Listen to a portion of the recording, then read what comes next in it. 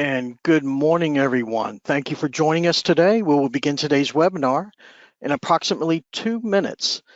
This webinar will be recorded and made available via the ESI events webpage at www.ncesi.org. More on that in a bit. And again, thank you for joining us. Be back in about 2 minutes.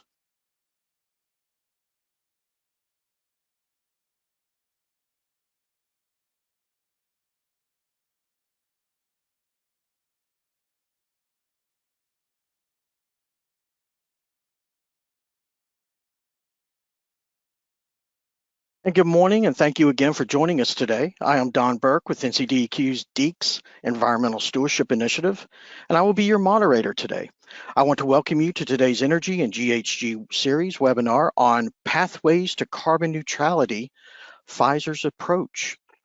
Today's Environmental Stewardship Initiative and Waste Reduction Partners collaboration will include learning about ESI Steward Pfizer's programs to address climate change and approaches to reduce greenhouse gas emissions at its Sanford, North Carolina site.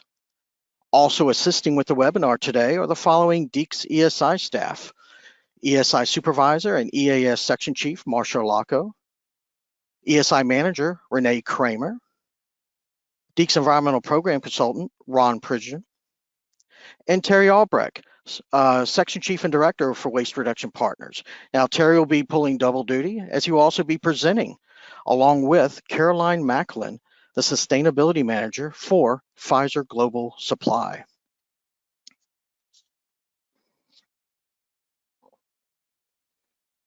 This ESI WRP collaboration is also provided by the Land of Sky Regional Council, which is hosting this webinar training event on GoToWebinar. Now, just a few housekeeping items before we begin today's topic. If you have audio issues and are using the audio through your computer, you can switch to your telephone. Just go to the audio tab in the webinar controls box and click phone. A phone number and code will then be shown for you to use to access the webinar.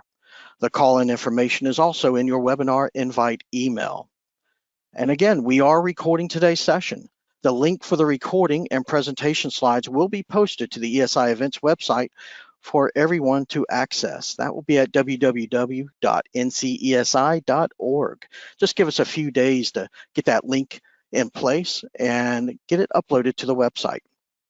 Now, be sure to keep an eye on the chat box throughout this webinar, as information such as this will be provided throughout the event. Now, to ask questions or provide a comment, we encourage you to submit those through the questions box at any time during today's webinar. After the presentation, the remaining time will be dedicated to your questions. For those of you who are not familiar with our program, the Environmental Stewardship Initiative is a voluntary assistance and recognition program. Now in its 21st year, ESI has been a part of NCDEQ since April 22nd, 2002. Yes, established on Earth Day. It is also administered by the Division of Environmental Assistance and Customer Service, some of you may know as DEECS. ESI is partially funded by an EPA Pollution Prevention Grant, P2, and promotes environmental management systems to assist organizations in their efforts to continually improve their environmental footprints. We also encourage and facilitate networking and training events that allow for peer sharing between our members on a wide range of environmental topics. If you are not yet a member and would like more information, please email us at esi@ncdener.gov. This will be posted in the chat box as well during the webinar. We'll be happy to share more information with you and answer any questions that you might have. There is no cost to join, and all we ask is an annual report on the progress made towards your environmental goals. And again, as you can see in the upper right on the slide, you can access our website at www.ncesi.org. Now, many thanks to Terry Albrecht, WRP Section Chief and Director, for assisting ESI staff by providing our outreach today via the GoToWebinar by way of their partners, the Land of Sky Regional Council. WRP and the ESI are both part of the North Carolina Department of Environmental Quality and has a mission to support pollution prevention strategies, waste reduction, and improved energy management. including greenhouse gas reduction programs. Terry's contact information is on the screen. Feel free to reach out to him for more insight to the program. I'll also post WRP's website in the chat box. Now, before we go on to our speakers, I believe we have a poll for everyone to take part in.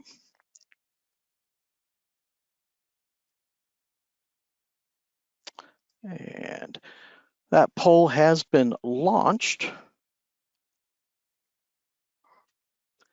As you can see, describe your organization's carbon emissions. And results are coming in. I appreciate that a great deal.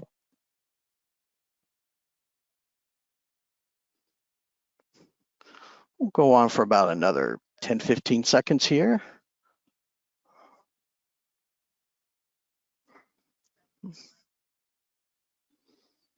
And again, the question is describe organization's carbon emission reduction efforts, and you're noting your highest level. It looks like 75% of our audience has voted. I appreciate it. And right now we're looking at 20% are just starting, 20% energy management and reduction efforts only, 4% for performing greenhouse gas emissions, 32% setting targets and goals for carbon emissions, and 24% have a GHG reduction action plan. Let's see if I can share this.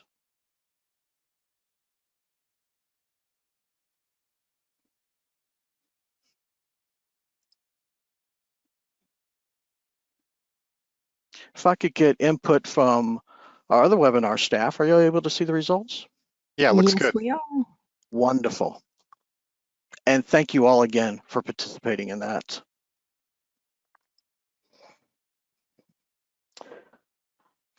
And now we are very pleased to have the following presenters with us today for Pathways to Carbon Neutrality, Pfizer's Approach. As I, oops.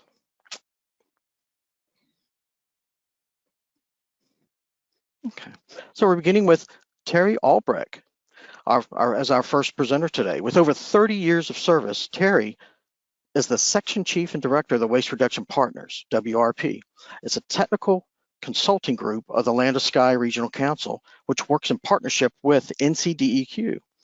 Terry is a certified energy manager, a professional engineer in North Carolina, and holds bachelor's and master's degrees in civil and environmental engineering from North Carolina State University. Terry manages an innovative team of volunteer and staff engineers that provides waste reduction and energy efficiency assistance to businesses and public institutions throughout North Carolina. Since 2000, WRP has provided over 317,000 hours of technical assistance, helping businesses and municipal clients save over $146 million in utility cost while improving their environmental performance. Terry, it is a pleasure to be working with you again, and the floor is yours. Thank you so much, Don. It's great to be with you and to be talking about this very important topic today on greenhouse gas emission reduction. So I'm hoping to just set and preface the discussion with Pfizer to help our audience staff become familiar with some of the registration bodies and players in greenhouse gas reduction space, as just so that everyone is kind of on the same page as we're going forward. My goal today is not to emphasize why efforts towards reducing climate change are as important as they can be, but I just want to mention two quick facts. The U.S. Department of Energy estimates that 27% of carbon dioxide emissions come from US manufacturing. And on a global scale, it's estimated that 100 businesses are responsible for 70% of greenhouse gas emissions globally. So this really speaks to how important these projects and efforts are in the business sector.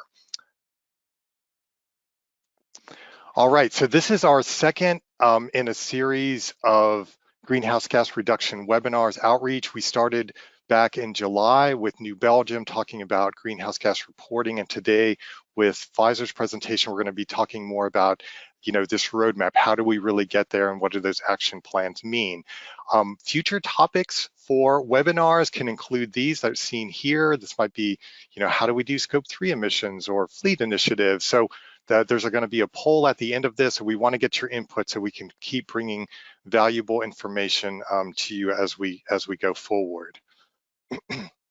So I've been working in the energy management field for over 20 years, and as I look at greenhouse gas initiatives and reportings and inventories and goal setting, I think it's kind of confusing. And so I wanted to kind of set the stage, talk about how all of this falls under your ESG programs, your environment and social governance programs, and kind of just talk through from back up, talk a little bit about greenhouse gas accounting, to disclosure and reporting, to goal setting, to action plans. So this next slides are going to cover that really briefly as an introduction. So we're just going to back up to make sure everyone's on the same page about greenhouse gas emission inventories. And there's an international group called the Greenhouse Gas Protocol, which is a partnership with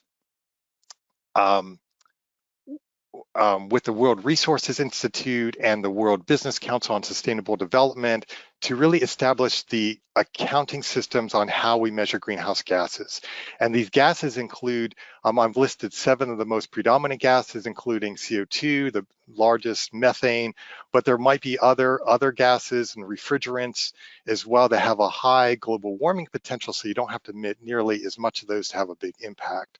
So let's revisit the scope 1, 2, and 3 emissions and define kind of what they mean, because we'll be talking about that during the rest of this presentation. So first, scope 1 emissions, these are greenhouse gases that you have direct control on at your site. It's owned. These are going to be things like the emissions from the natural gas you burn in your boiler, the emissions from the propane fuel you use in your fork trucks, and anything that you own from the standpoint of fleets. So this also could include fugitive emissions, like things like refrigerants and things that you're utilizing on site that have greenhouse gas emission or global warming potential.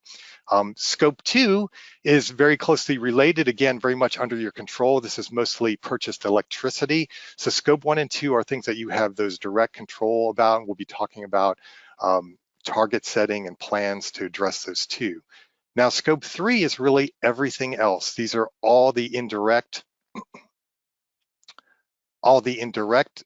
purchases from anything in the value supply chain, upstream, downstream distribution, use of your products, waste generated on site, employee travel, leased assets. There's really a huge laundry list. It's important that as you do this exercise and you do this accounting and you do this inventory, that scope 3 could represent 80 to 90% of all of your emissions. So that's a really big player, but it's also indirect, so you have less control of that. Pretty much most organizations are using this greenhouse gas protocol. There'll be a link to that, but there's other entities too, like ICLEI and B Corp and other entities that have their own methodologies and systems to account for this. Okay, so that was the inventory. Let's talk about carbon emission reporting and disclosure. And so there are a number of financial institutes, one being this Task Force on Climate-Related Financial Disclosure, and those entities have gotten together to figure out what information should be being reported from business, so that shareholders and other entities that have a role in business investments know what the risk is and what the climate-related risk is to their operation. So there's a number of entities out there. One of the biggest ones I want to highlight is the CDP. This was formerly known as the Climate Disclosure Project. Over 18,000 businesses publicly disclose their carbon emissions through this project. It's really the world's largest platform. You'll see that a lot out there, but there's a whole slew of others, and there's a lot of rules that are requiring public disclosure and reporting. Just last fall, the federal government is requiring large federal suppliers to report on climate risk probably through the GSA. The EU just in January launched a new directive that's going to affect 50,000 large, medium, small enterprises on reporting on climate. EPA's had a long-running program to report greenhouse gases for many years, and a really big potential game changer is that the Securities Exchange Commission has a draft rule that would require all publicly traded companies to disclose on climate-related risk. This is including doing scope 1, 2, and 3 emissions, inventories, and reporting on mitigation strategies. So that could be a really big game changer in this space. So we talked about carbon accounting. This is about disclosure and reporting. And let's get back here. And the next step is to think about goal setting. So I just want to highlight the Science Based Targets Initiative. This is an organization that has utilized a goal of trying to keep global emissions at 1.5 degrees Celsius, set that at the cap or well below 2 degrees. So they've used that scientific target that have come out of the Glasgow Protocol and other worldwide protocols to establish what standards at your organizations, what targets would need to be met to help keep global emissions below that limit. Now, with the Science-Based Target Initiative, there's over 4,600 companies that are participating. About half of those have targets, half of those have zero carbon emission commitments by some year out in the future up to 2050. So while this is only a few thousand companies, they represent almost a third of the world's economy. So it has a really big impact. What does this mean for you kind of at your own site? If you are committed to the Science-Based Target Initiatives and they have approved your target, that means your annual emissions are probably going to have to be reduced by 4.2% or more to meet this global target of 1.5 degrees Celsius.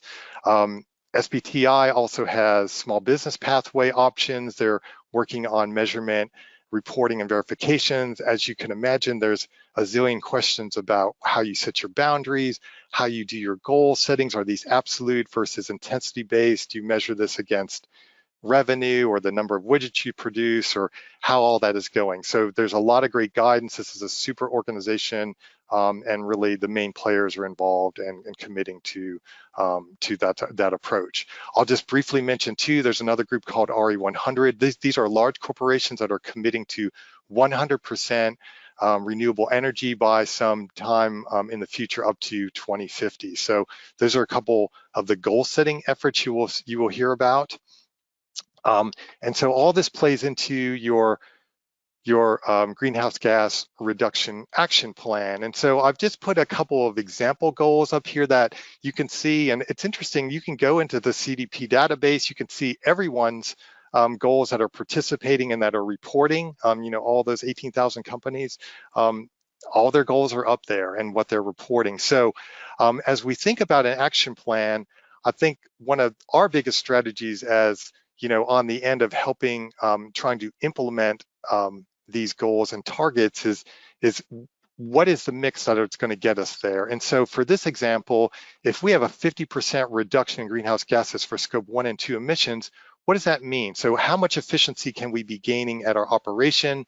How many on-site renewables or fuel switching do we need to do to get there? And then how much carbon credits or external things do we need to put into that mix to get us to these goals? And through our team at Waste Reduction Partners, we're looking at unit technologies and saying, well, how far can we take lighting or motors or pumping, and what's technologically feasible, what's economically feasible, and then what's the mix on how all this fits together. And I'm going to talk a little bit about a program we have coming up that will help get us there, and we're going to learn more about how Pfizer is doing this as well. One other entity I just want to mention briefly are carbon neutral certification bodies. These are entities that are certifying carbon neutrality at the company level, at a brand level, or even a product level. And these follow common elements that were just discussed. They might require an emission inventory, a reduction plan, and then a strategy to compensate through carbon credits. And so that may overlay as well on the topics we just talked about.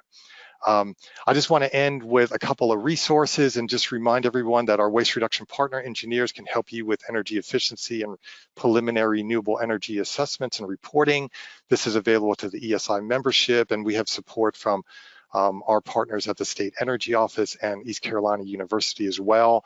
We have a project coming up this fall funded by EPA to help look at roadmaps towards carbon neutral. We'll be working with 7 sites and helping with tools and economic decision-making models on what's the best economic way to meet your targets in a reasonable way. I also want to mention other student-based initiatives. We had Dr. Jeremy Perry with Duke's Nicholas School for the Environment, putting a plea out to use his great students to help you on this process. And I've left you with some educational links as well that you'll find posted after this webinar. So with that, I'll leave you with my contact information, and I'll kick it back to Don to introduce the next speaker. Terry, thank you so much. Fantastic information once again. Really appreciate that. And as Caroline is setting up her screen, Caroline Macklin is an EHS sustainability professional that has been working at one of Pfizer's manufacturing sites in Sanford, North Carolina for 6 years. She has previous experience in a broad array of EHS programs, including construction safety, environmental compliance, radiation safety, and industrial hygiene. Currently, Caroline is the sustainability manager at Pfizer's only gene therapy manufacturing facility, overseeing the site's environmental sustainability programs and support of Pfizer's goal of achieving net zero by 2040. This includes implementing and managing programs that reduce the site's energy and water consumption to produce more sustainable medicines for patients. Caroline earned a BS in environmental science from University of North Carolina, Chapel Hill, and has research experience in life cycle assessment. Caroline, thank you so much for being here today, and the floor is yours. Awesome, thank you. You seeing my screen good before I get going? Alrighty.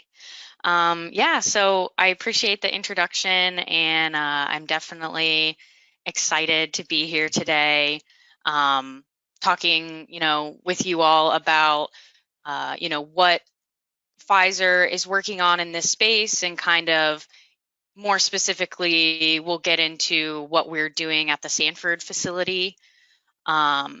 So this is kind of what I'm hoping to go through today. I'm going to give a little background on Pfizer itself and the goals and targets that we have, so that we kind of give you an idea of, what we're working towards, some pathways that we're looking at, and kind of the opportunities and challenges that come with, meeting aggressive goals and targets like these.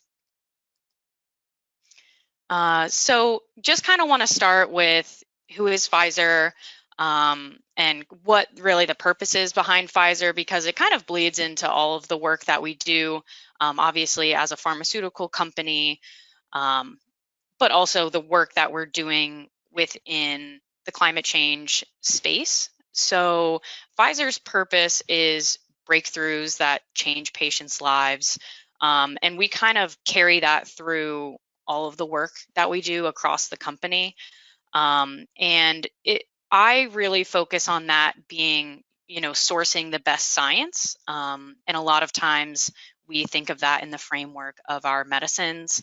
But, in my role, I also think of that in terms of, climate change and these decarbonization strategies.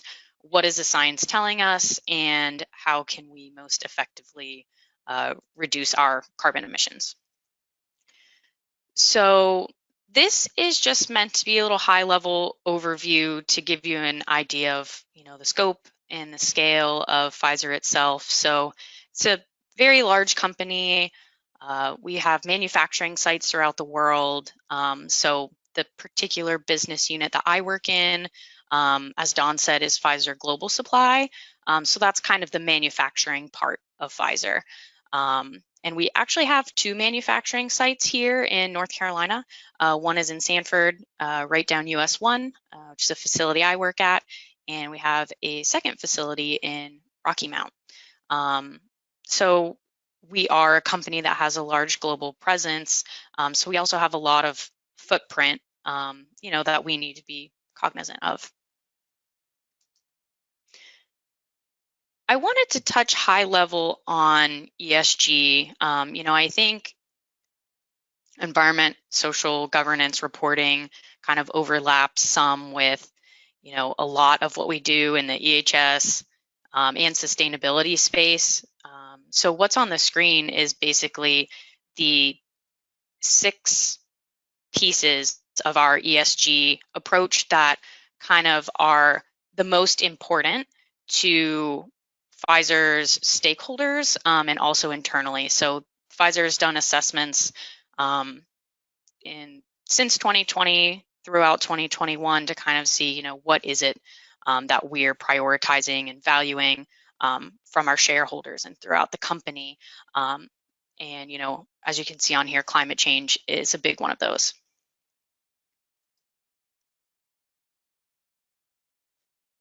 And I think out of the ESG piece, right, I just wanted to focus in quickly on the environmental side of that.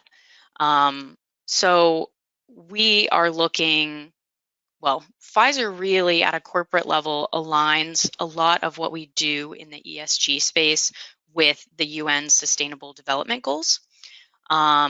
So in the climate change space on the left, you can see some of these things that we're working on, some of our initiatives, and then on the right, how they align with some of the Sustainable Development Goals.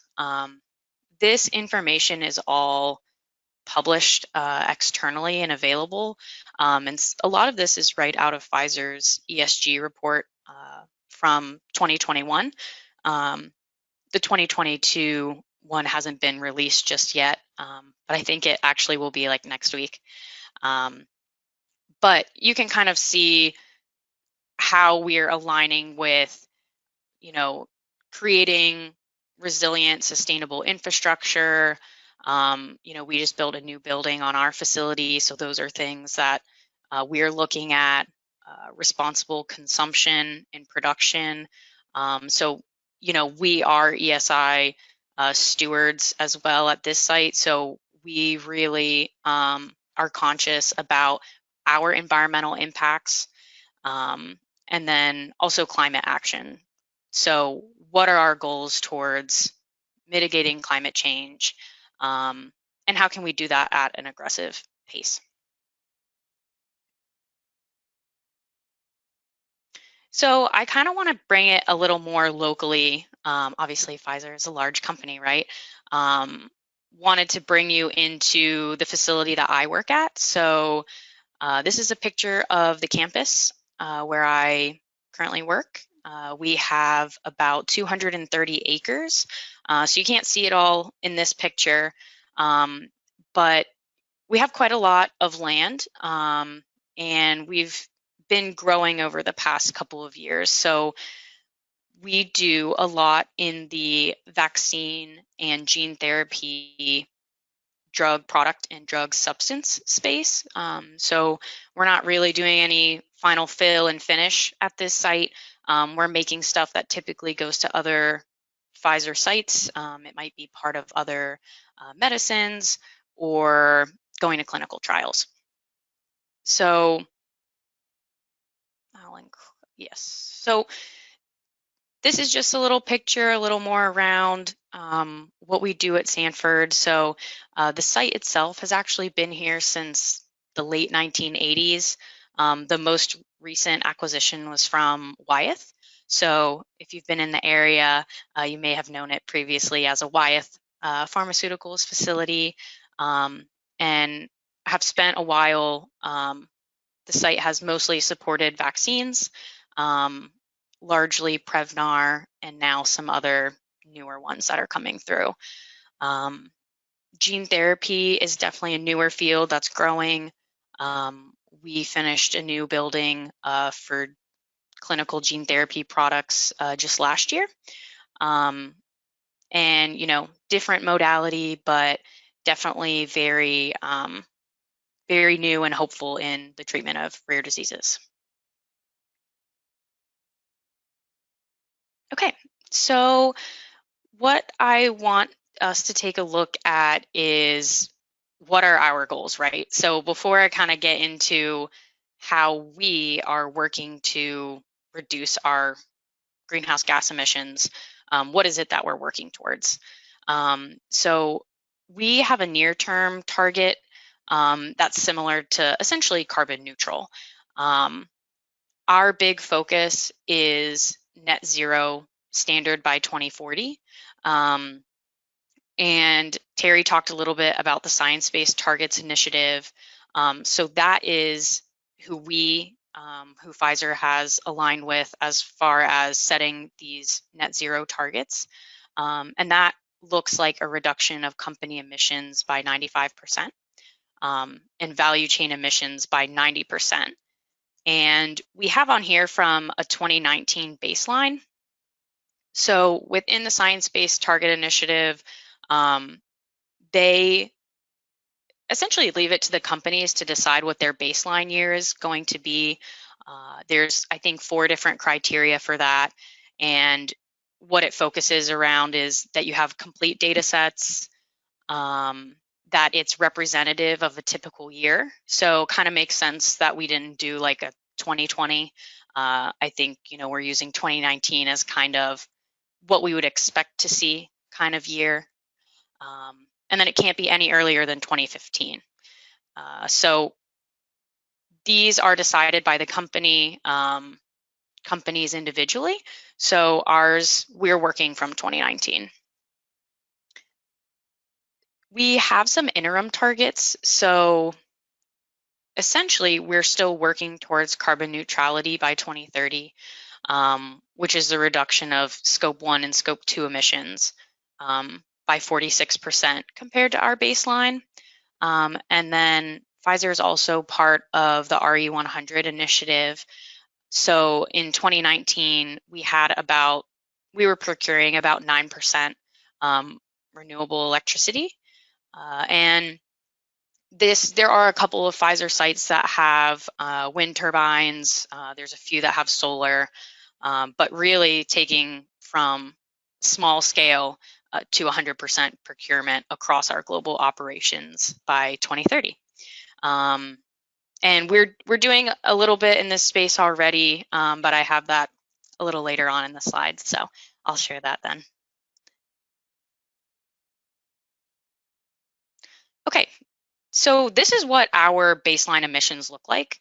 As Terry mentioned, you can see that Scope 3 emissions is a really, really large chunk, right? So our Scope 1 emissions are about 8%, Scope 2 emissions 10%, and then the rest being Scope 3 emissions. So when we're looking at Scope 3 emissions, we do have it broken out, and a lot of it comes from what's often referred to as the value chain. So kind of all of those inputs from suppliers that we're using to make our products. And I think I'll say before I keep going, I do have a slide. The slides that I have are kind of, I would say, largely focused on Scope 1 and Scope 2 emissions. That's kind of the space that I work in, that I'm responsible for at the site. But I do have some information about Scope 3 emissions and some of the efforts and activities we have going on. Okay, so what does this look like, right? So Pfizer essentially has committed externally to these public goals. And previous to kind of these carbon neutral net zero goals, a lot of Pfizer still had internal goals for environmental impact reduction. But we were kind of holding ourselves accountable to that, right? So now when you go from, making efforts internally to, external commitments through third-party programs like the Science-Based Target Initiative, you're looking at a lot more requirements for robust data collection. And I know that people on this call are in varying stages, right, of maybe these activities. And I think data collection is something that, we've been doing for a long time. But even when you get into the space of committing to certain targets, we now have to do a third-party verification of all of our emissions data that's entered. And we went through that the first time last year, and it was some visits were in person and some were virtual. But there's just an increased level of scrutiny as to what data you're reporting and making sure that it is accurate and, reflective of what the company's emission profile is and what's going on at your site. All right. Okay, so besides data collection, what we have also seen, so I would say, when Pfizer commits to these goals externally, right, that's coming from our corporate and our global levels. It's not necessarily a decision that I'm making. But now that we have these company goals, they cascade down. And annually, we typically have targets for energy, water, and waste as to what we think, the site is going to consume over a year. And over the past 2 years, essentially, there have been other key performance indicators that have been added to kind of accelerate those efforts. So something that we do now across Pfizer is each site is responsible for implementing, it's like a project-based metric. So each year we want to be implementing projects, essentially energy reduction projects that are going to be forcing us to focus our efforts, our time, our funding on some of these climate change, energy reduction supporting projects. So, and I say that because we are a site specifically that has been in a growth stage. So from 2019 to this year, we're probably not looking at an overall reduction of emissions, but we are implementing many sustainability projects each year so that over the long term, we really drive down that energy consumption. So just more aggressive target setting we have seen. And then how we get there is through a lot of master planning, I'll say, is what we kind of call it. We have had a utilities master plan completed that looks at essentially all of our utility equipment on the site, what's the age of it, how's it running, that whole comprehensive assessment looking at how efficiently and effectively our systems are now, and in the short, medium, and long term, with equipment replacements or other things, what do we need to be doing to run our utilities most effectively? And then we're also in the progress of getting a net zero master plan in place, or a sustainability master plan, where we are lining out what we at a site level do need to do between now and 2040, and build that into our site's plans. And that includes capital funding, it could be personnel, all of those things that are going to get us to where we need to go. Okay, so now I want to spend a little time kind of looking at what are some of the pathways that we are considering for decarbonization, and also kind of broken up into a couple of different sections. But I think I wanted to start by saying it's really key to understand whether it's a site, a company, whatever level you're working at, what is your current status? What is your energy use profile for the area that you're responsible for? Because obviously, you want to know where you're at in order to make those effective decisions in going where you need to go. So this is actually an emission profile from our site from 2019. We had an energy assessment done that year with a consultant that Pfizer Global Engineering will use, bring people in. And so when I look at what is our site doing, you can see I should probably be focusing a lot of my efforts on HVAC, right? Over 50% of our energy costs are HVAC related because we have these manufacturing spaces that have specific requirements for GMP areas, right? Maintaining certain grades, air change rates, all that good stuff. And if you look down, we're using things like WFI, which is water for injection, to create that's very energy intensive. And then you go down and see, honestly, we're not as closely, our energy consumption's not as tightly linked to production loads as maybe some other industries.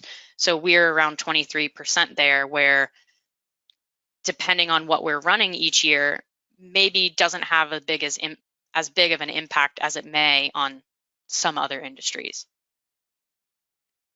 So basically, kind of figure out where you're starting from. And then how we have been approaching it is starting with evaluating low-cost options. So demand reduction and energy efficiency has been around for a long time. And energy efficiency still tends to be the least cost solution, right, for decreasing greenhouse gas emissions. So we currently, Pfizer kind of estimates that within our manufacturing sites, each site still has between 10 to 30% that they could achieve just from demand reduction alone. And I want to start with this because as we're doing a lot with long-range capital planning, we want to reduce our demand so that when we're making future purchases, we're not oversizing systems or oversizing equipment. So kind of getting our demand down to what we should expect to see if we have efficient systems. This could be through a multitude of different ways. Equipment staging, opportunities to utilize BMS. I mean, people are great, right? We have tons of people working at this site, but it's really effective if you can have systems that can make decisions off of, the criteria set for certain systems versus letting people make those decisions. There's often efficiencies to be found in that. And then something we'll be looking more into is capacity and demand studies. That is still work that we will be carrying out going forward because we do have some systems that, have had to be appropriately rebalanced just to make sure we're not oversupplying an area, overworking equipment. So I kind of see it as like fine tuning, right? Fine tuning your operations can really help in this space. So the second one around low cost options that we would say is implementing energy management systems. So this really provides that program ownership and control on utility spend. So something we haven't had in the past that we are looking to implement in the year is a dedicated energy manager. So that was just not something that we had previously. And once the site itself has hit a certain spend on utility costs each year, it's really important, right, to have someone who's looking at, what are we using and how can we effectively control utility spend? Because if no one's looking at it right, there may be opportunities that we're missing. So this kind of goes along with the metering and the target setting. So expanding in the metering space, I think, is kind of also like a well-known thing, right? If you're not tracking it, we may be missing areas where we're not running systems or equipment as efficiently, or maybe there's a leak or something that non-routine that's going on, and we want to be able to catch that and look into it. On the energy management side, so the target setting is a big thing. So I'm actually responsible for the target setting at our site, and it gives our sustainability team that push of what are we working towards and what projects, what things do we need to do to get there. And then lastly, I kind of wanted to touch on ISO 50001 principles. So we're not ISO 50001 certified, but we do use some tools out of the ISO 50001 system. So within Pfizer and like a lot in Europe, ISO 50001 is more of a requirement. For us, there is a kind of energy management self-assessment that we were tasked to do from some of our global groups. And that was an exercise that we found very helpful. And you basically get your SMEs together, right? So who are the people managing the utility systems? And we kind of went through and it just asks a number of questions and you kind of rate yourself in these different areas as to, 1 to 5, where you're at on the curve for different aspects of energy management. And so like for us, we found there's a couple areas that we're not as mature in the energy management space. And we are going to kind of take some time to focus in on those areas in the next year or two. So it gives you a good idea of, again, what's our starting point? How are we doing now? So then we can focus our efforts on the areas that we're less mature, and then kind of keep doing what we're doing in the space where we're kind of further along the maturity model. Okay. So I think moving from lower cost options to sustainability through investments, right? I think we hear a lot about, the cost of going net zero, the cost of, really mitigating climate change. And I think from my perspective at a site, these are the two big things that really hit home. So asset management, as you guys saw, it's a campus. So we've got a lot of equipment, and it's all at varying stages of life because one building was built, 15 years later, another building is built. So all of the equipment may be at different stages. And why we're kind of hitting on end of life equipment replacements is, if you're going to be installing something that's going to be at your facility for another 20, 25 years, that's an important decision that you're making.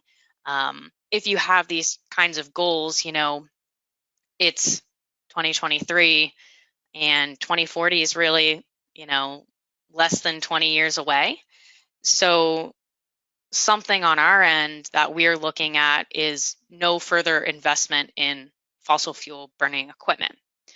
So things like that, that's on the other side, but kind of the same thing with end of life equipment replacements. So I think also pretty well out there is, Energy Star, looking at selecting high efficiency motors, pumps, fans, making sure we have VFDs on equipment.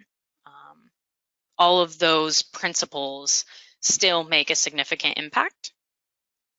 And then lastly, refrigerant selection. So I know that, you know, the EPA has some refrigerants that are being phased out here in the next couple of years. And so, like at our site, we have a lot of freezers,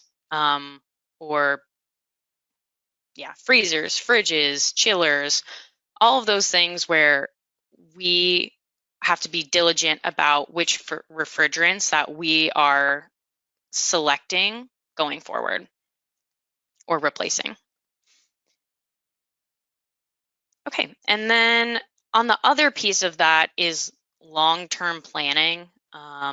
And something that we have been doing a lot of is engaging with our capital planning group, our finance group, and our group who owns the site master plan. So for our site, we have a master plan for all different operations across the site. That's aspirational. Where do we want to go? So with sustainability, I think it's kind of been recognized, right? Like business as usual isn't necessarily going to work.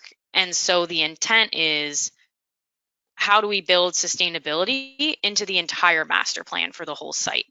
And there's a lot of people who make decisions that could have an impact on greenhouse gas emissions. So how can we build a sustainability mindset and what we're aiming for into the long-term planning processes? So kind of like I mentioned before, working with our capital projects group to kind of set some criteria for purchases. So if there are people out there purchasing equipment, I work in EHS. They're not, right? They're not working in EHS. How are we equipping people who are making these decisions with the right information to make the appropriate decision? So that's a space that we're getting into a little bit more. And then also hit on green design principles. So like I mentioned, we built a new building in the past 5 years, and it's a lot cheaper to build sustainability in upfront than it is to retrofit. So how are we, at a global level or at a local level, influencing, those design firms or whoever that we're working with, that we're looking for a building with these specific attributes, right? Because if you don't ask for it, right, maybe they won't know that you want that. So keeping that in mind, if you're in a position where you have the opportunity to input into the design or building of a new facility,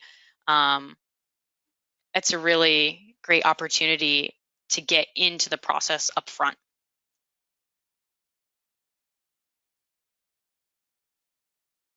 Okay, so the third piece I wanted to hit on was integration of renewables. So on site, in Sanford, we actually have a biomass boiler that we use to produce about 60% of the plant steam that we use on site. So we generate clean steam. We're doing, it's used for HVAC. And then it's also used a lot for clean in place, steam in place processes. So we've got really large fixed stainless steel vessels. And, we're steaming those for sterilization. A lot of energy goes into that. Obviously, your typical renewables, what you would expect, opportunities for solar, for wind, for geothermal, things to be explored. But what I really wanted to highlight is that we are now focusing on looking at projects versus the cost of carbon abatement. So we are using about $100 per ton of carbon, which is something that I think, Pfizer has set internally with some of our consultants, as a global company, what we're going to kind of benchmark against. So now when we are assessing projects, we are saying, what is the cost of doing this? What do we get in greenhouse gas emission reduction versus what the cost of carbon abatement is? So solar PV is something, I mentioned we have 230 acres. We've looked into it a couple of times, right? And 5-10 years ago, maybe that wasn't an investment that the site wanted to make. But now, as we're looking at solar PV, we have land available. It's much more competitive when you compare that to the cost of carbon versus just, here's a project, right? And so that is kind of the mindset shift and the reframing that we've been going towards, not as much just solely what is the ROI. We're looking more now at net present value. What is it? What is the project versus the cost of carbon abatement? So really reframing what financial viability of a project means and looks like. And then power purchase agreements. So this is definitely effective if you don't have land available. I think we are unique within Pfizer that we have a lot of land. But if there's not land available, PPAs are effective when you can do something at a large scale. So I linked here at the bottom, and I know the slides are all going to be shared, but Pfizer has an agreement with Vesper Energy. So we have a virtual power purchase agreement that is for all of Pfizer sites in North America. And it's a really, really large solar farm in Texas. So, that's something that, none of our sites could do at that level of scale, alone. But a power purchase agreement, a virtual power purchase agreement, allows us to do those things related to, the RE100 initiative, right? Getting to 100% renewable energy. But I think I'll say, and that's why I put this bullet on here, that's not the number one solution. So virtual power purchase agreements and things like that are what we are considering after implementing other opportunities. So within the Science-Based Target Initiative, they actually don't accept carbon offsets, right? Some of the ones where it's we'll plant a tree, right? Because you don't really know what you're getting. And the carbon being sequestered by, a sapling or a small tree, right? Maybe is not the same as what you're putting into the air, right? So I know there's still a lot around, uncertainty around carbon offsetting, and through something like the Science-Based Target Initiative, they don't allow for carbon offsetting in that format. But you can still take advantage of things like power purchase agreements. So it's something that Pfizer has pursued so far. And so I included a link down at the bottom as to, what that agreement looks like and what they've published about it.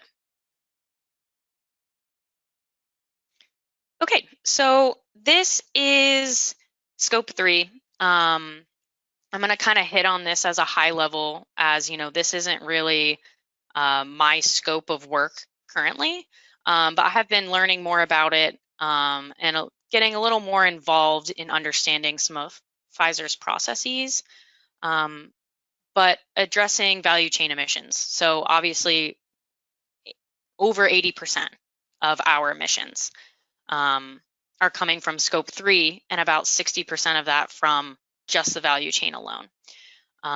So this information is all out of Pfizer's last ESG report, and there's a big focus on working with suppliers, sourcing, contracting to integrate environmental criteria into those processes that already exist.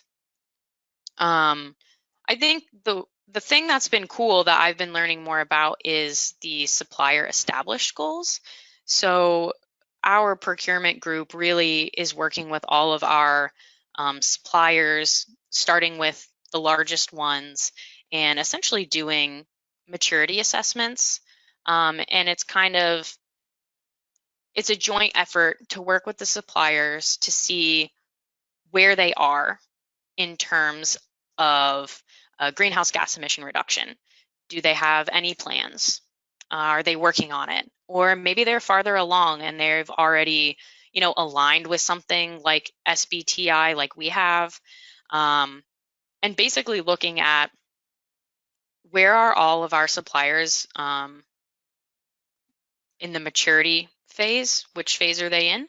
And if, they're in a space where they're saying, okay, well, we're not really doing anything, we're working with them to essentially establish agreements that they will establish baseline emissions and they will set certain reduction targets by certain dates. So, Scope 3 emissions are those things where you don't have as much direct control. So it's a lot in the influencing space and, working together. And then Terry also mentioned earlier the CDP, the disclosure project. So Pfizer is a part of that industry group, and there's lots of industry groups out there. And so I think we have just been working to be engaged with some of those groups that help, make headway and what progress can be made in these spaces. Okay, so I think this is really my last slide. Just to kind of wrap it up, that, there's a lot of challenges, but also a lot of fun, and, sometimes hard opportunities that come with, carbon reduction, whether you're going for carbon neutral, net zero. And these are some of kind of the takeaways that I have noticed in my time working at the site. And the first one is really making sure you know who the key stakeholders are. I think we hear that a lot in the business space, but really for us, right, I work in EHS, but I also work a lot with our engineering group, our utilities group, capital projects, procurement. There's so many different people that have the potential to make decisions and, have an impact on these, emission reduction efforts, that you might want to just see, do I have the right people that I need to help me along this journey? The next one being education, or also like influencing, right? So I think climate change it's more out there, right, in the public space. But what that looks in the context of your business and the decisions that need to be made, maybe not everyone's familiar with, right? So I just like to think of each opportunity that I have with, different people throughout the company as like a teaching or influencing opportunity to help them understand, why these decisions are important. So then we can work together more effectively. And then lastly, integrating into current business processes. So definitely we've done some new stuff. Maybe we've developed some new teams. But I think it's definitely important with, if you're at a place that's been established for a long time, how can you integrate sustainability into what is already being done instead of, okay, everything has to be new, right? So if you understand the systems or processes at your company, how can you take these decisions or funding or all of these things that need to happen, how can you plug that into what's already going on? And I think, like, for example, we have a whole process for capital funding. allocations.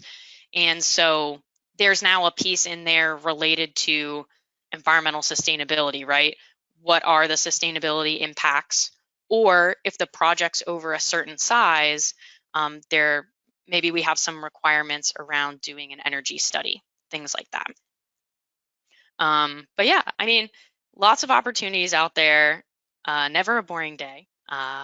And I think I'll kick it back to Dawn and look forward to hearing if you guys have any questions or comments that we can talk about for the rest of the session. Well, thank you so much, Caroline, for that wonderful and informative presentation. And yes, indeed, I'm going to share my screen.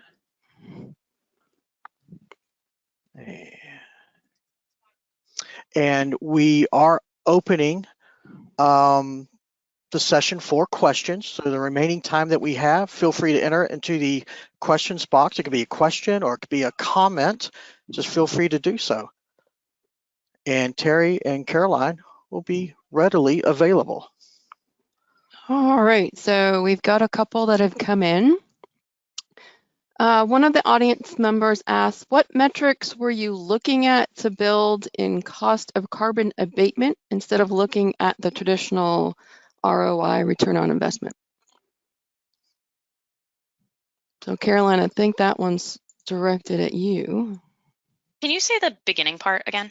Yeah, absolutely. So what metrics were you looking at to build in the cost of carbon abatement instead of looking at the traditional ROI? So when you're looking at that cost of carbon abatement, I think the questioner assumes that you didn't use a traditional ROI.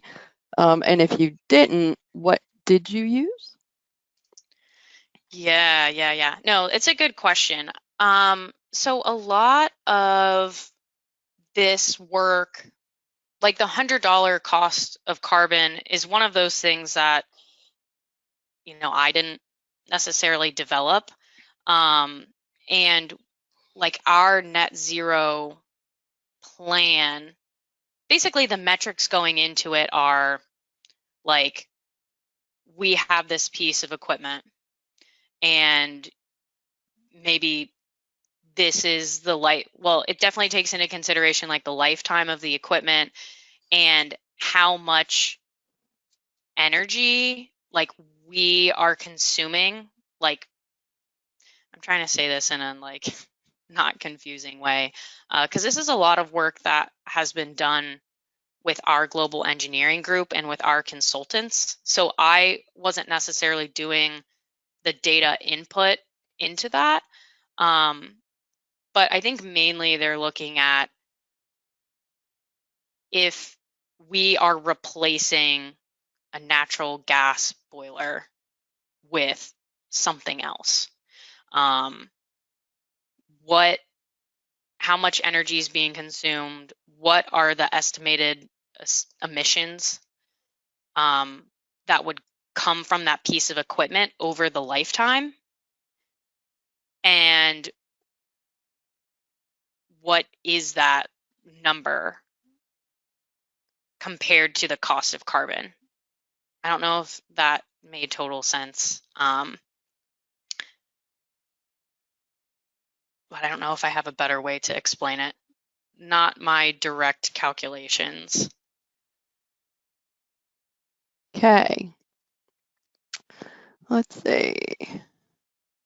So the person who asked that said, very helpful. Thank you, Caroline. Sure, I try. Yes. So we've got a question from the audience about, and I believe this is at Pfizer. It's asking about opportunities for college interns to work alongside companies getting into energy conservation. So is that something that Pfizer does? Yeah. So Pfizer has a summer intern program. That's pretty big at our site. So basically, we do have a summer intern program. We have in the past partnered with some schools in the area to do maybe like water assessments or engineering studies of certain systems. I think as far as internship opportunities, there's definitely a lot. Our site, typically we take quite a few interns, I would say upwards of like 25, 30. I just, from my knowledge of that program is that since it's already March, most of them come in May. So I think all of those roles are filled, but we do have like an annual internship program. So I could always direct you to someone that has more specific information. Great. Hey, and if I could just add to that too, Marcia, Yep. I'd encourage all companies to reach out to your local university for interns, even our NGOs, folks like Advanced Energy, NC State's Clean Tech Center, all of these folks, the Industrial Assessment Center, they're engaging students as well in the work that they do to support energy and carbon reduction efforts. So there's a lot of opportunity. We mentioned Duke's Nicholas School for the Environment, but capstone projects, there's a lot of opportunity to engage students, and sometimes for a low cost manner. All right, great. Let's see. So Caroline, you had mentioned that your contract folks were involved in your scope 3, but there's a question about, do you have a suggestion for a starting point if someone's trying to address scope 3? Like who to involve? Can you go into a little more detail about who advisor maybe is involved in your scope 3? Yes. So on the scope 3 part,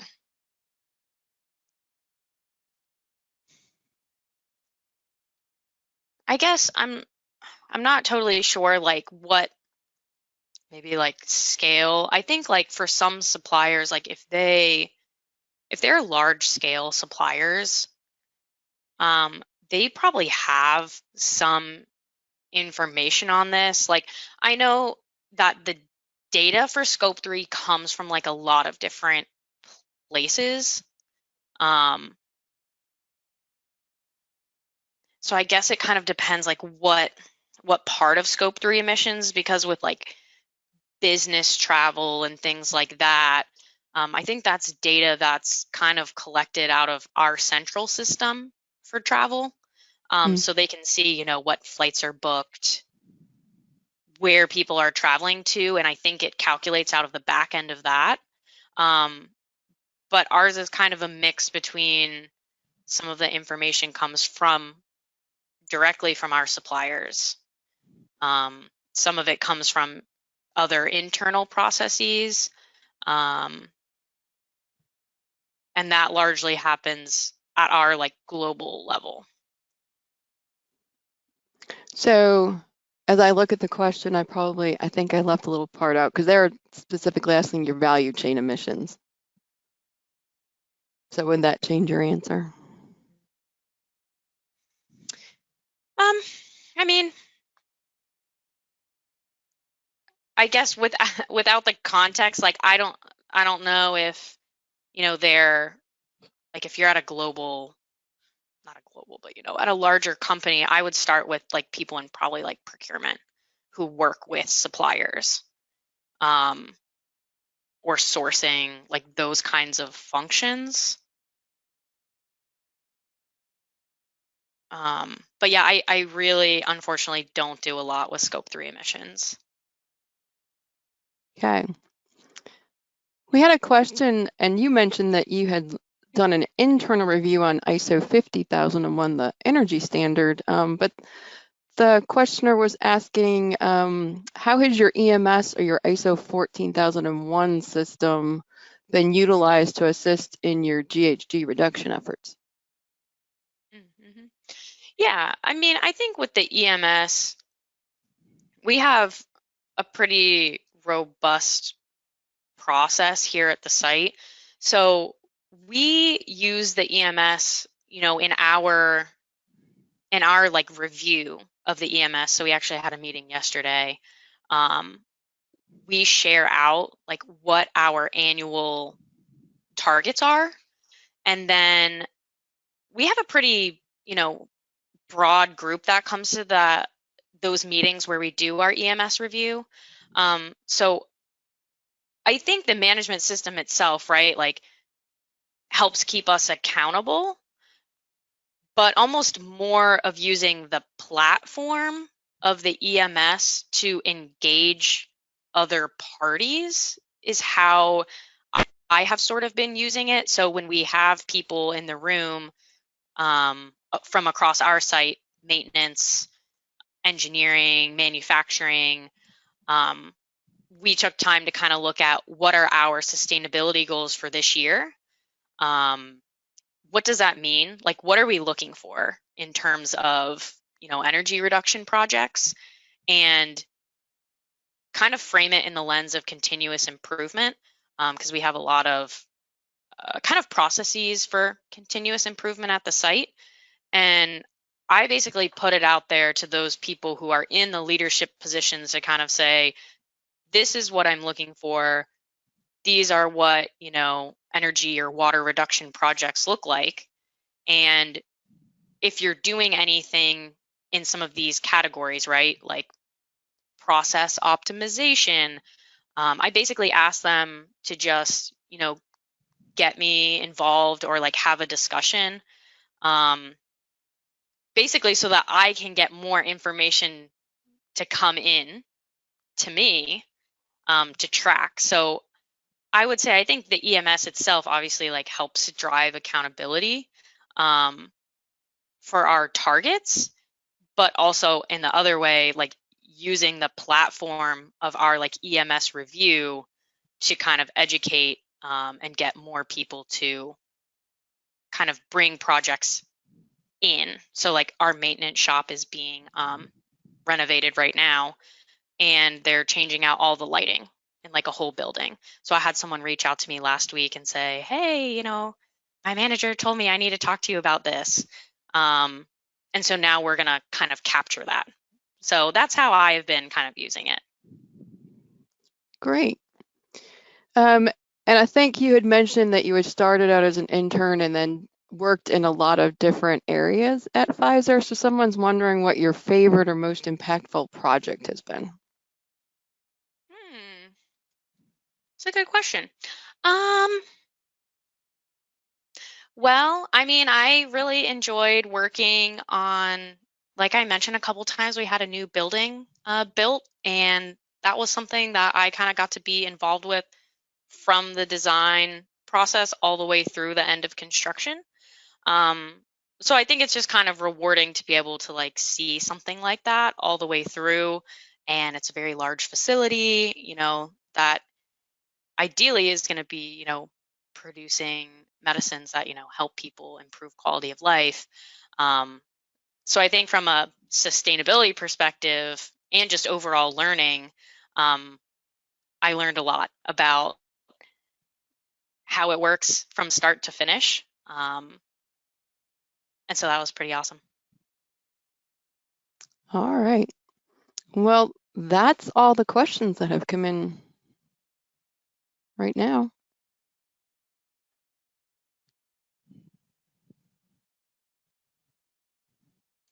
Okay.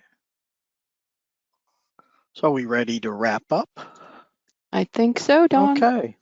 Well, I'd like to thank everyone again for attending today. And oops, let me see if I can advance this.